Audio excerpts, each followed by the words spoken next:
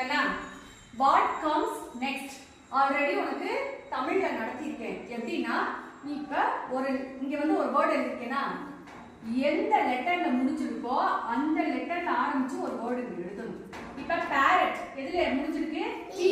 இப்ப டீல ஆரம்பிச்சிருக்கேனா டைகர் ஆர்ல முடிஞ்சிருக்கு.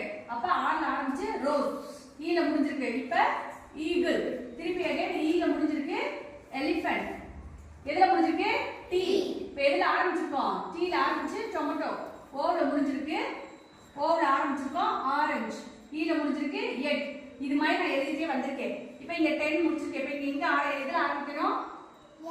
என்னல ஆரம்பிச்சு நீ ஒரு வேர்ட் எழுதணும். நீ இப்படியே எழுதிட்டே போலாம். தமிழை பொறுத்த அளவுக்கு மெய்யெழுத்துல முடியக்கூடாது.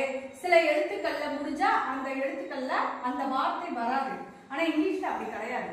நீ எந்த லெட்டர்ல முடிக்கிறியோ அடுத்து ஸ்டார்ட் பண்ணிடலாம். சரியா? இப்ப நீ